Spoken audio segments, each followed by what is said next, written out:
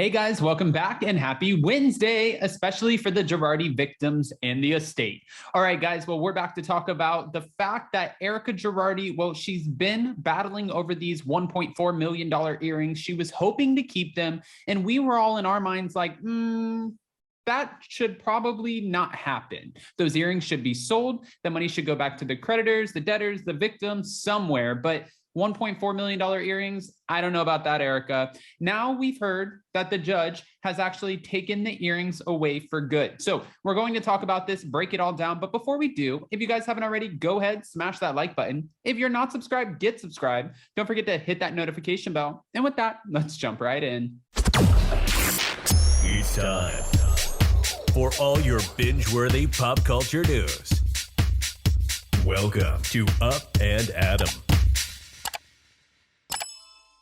All right, guys. So yes, I know if you want to celebrate, if you want to blow out a candle, if you want to pop some champagne, go ahead and do it, because it looks like a federal judge has ordered the pair of earrings, the $1.4 million pair of earrings, which still need to be appraised, owned by Erika Jane, purchased by her estranged husband, Tom Girardi, has ordered them to be sold off to the highest bidder to help pay the once respected lawyer's creditors. Now, what does that mean? It means that she does not get to keep the earrings. And Ronald Richards has been actively tweeting saying that, you know, at the end of the day, it's kind of crazy that she thought that she would be able to keep them to begin with, because they were bought with stolen money, right? This is what they're saying. She has no compassion, and this is what Ronald Richards is saying, okay? Well, it starts right here. The decision to award the earrings to the estate was a justifiable one.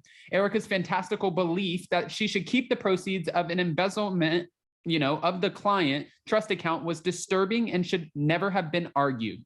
She has no compassion, and one day soon, her attorney and her will know that just because you claim willful blindness doesn't mean that you get to keep stolen property. She'll be liable for all of the funds paid on her behalf and all of the gifts provided with the stolen client funds. The stolen client funds. Okay. Now, Ronald Richards has also continued to tweet on, but really quick, I just want to kind of break this down.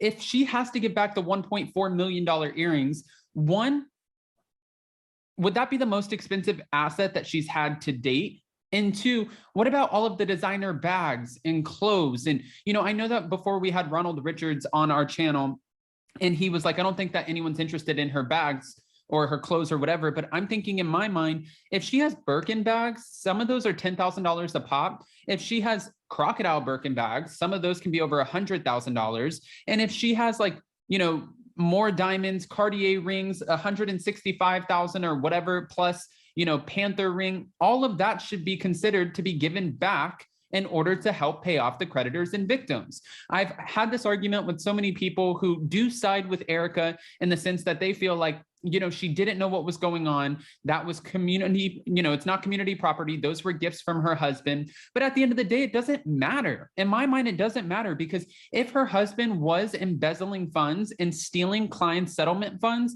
and buying her these lavish gifts, that's like blood money. You shouldn't even be able to keep those gifts anyways, because technically he never would have had the money to buy those gifts had he not have stolen someone else's money to begin with, right?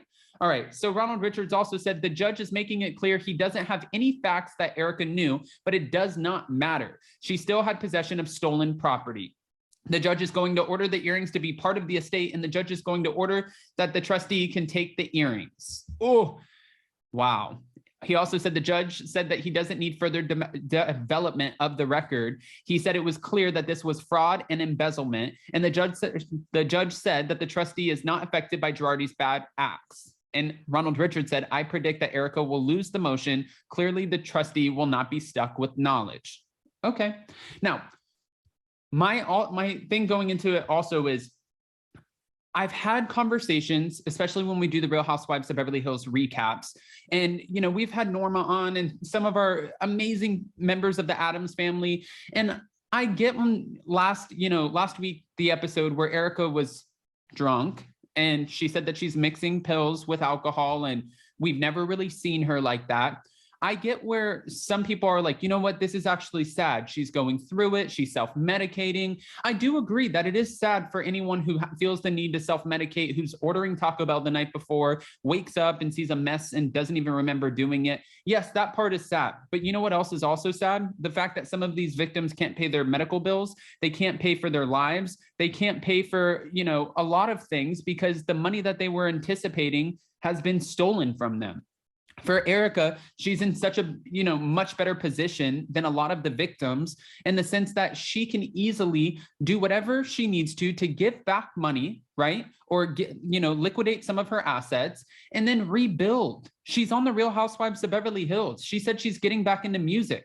When all of this is over, write a tell-all book, make money off of that. People will want to hear it. People will want to hear her in an interview and hear her side of the story when she can eventually, you know, put all of these lawsuits to bed and have those conversations. So I don't think it's the end of the world for Erika. Now, for some of the victims, like in Indonesia, who are working 9-to-5 jobs and not making a lot of money, or even here in America, like Joseph Rui Gomez, who was, you know, a fire burn victim, what is he supposed to do to make money? He's not on Bravo. He's not getting paid a 6-figure salary.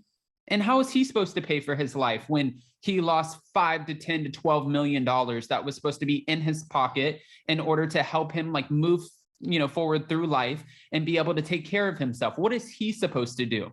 For Erika, I don't look at her as like a victim of all of this. And I'm not trying to be mean about it. I just don't look at her like a victim in the sense that, you know, we haven't really heard her say anything on behalf of any of the victims, except for alluding to the fact that they could be lying, you know, about not being paid. And also that really awful scene that we saw in the trailer that's coming up this season with her and Crystal Kung Minkoff. And she's like, you think it's cool to be on the side of the victims? I don't give a fuck about anybody but myself. And then the photo that she posted with her nailed to a cross with, you know, Balenciaga or whatever, it was something like that, where her earrings said widows and orphans, almost like the Chanel earrings. All of that just seems like it's in poor taste. So no, if you're asking me if I feel sympathy in this sense, I don't. I hope that Erika can rebuild her life. I hope that she has a successful career. I hope that they keep her on the Real Housewives of Beverly Hills. That way she can continue to make more money and she doesn't just go flat broke. But I do think that some of the assets should be liquidated in order to pay back the victims. Point blank, period, dot, as Chanel I Am would say from the Real Housewives of Dubai. Now, guys, I want to hear what your thoughts are. What are your thoughts about Ronald Richards tweeting about this and the judge ordering that she does not get the $1.4 million earrings back?